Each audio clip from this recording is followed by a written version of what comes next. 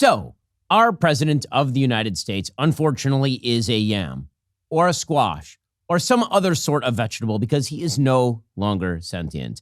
I say this after long consideration and after reading a very long interview that he did with Time magazine. Now, he's on the cover of Time, which is basically a defunct magazine at this point. He's on the cover, gazing out stonily on the cover, black and white, with the headline, "If He Wins," sort of standing over the Resolute desk, staring into camera. And Time magazine is doing its best to try and massage him through this campaign.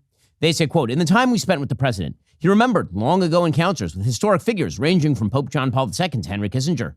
He recalled the words of historian John Meacham, who told Biden after the president entered the Oval Office on Inauguration Day that the country had not been as divided since the days of Lincoln, nor the future of its democracy as challenged since those of FDR. The overall impression Biden left us with is one of a man in conversation with history, both the country's and his own." Well, actually, when you read the interview, what you come away with is a president who's in conversation with the walls, perhaps with his gruel. And that's not just because he's got all the wrong principle. It's not just because he has effectively set America's foreign policy on fire while also lighting the jet fuel under the inflationary economy that Americans have been suffering through.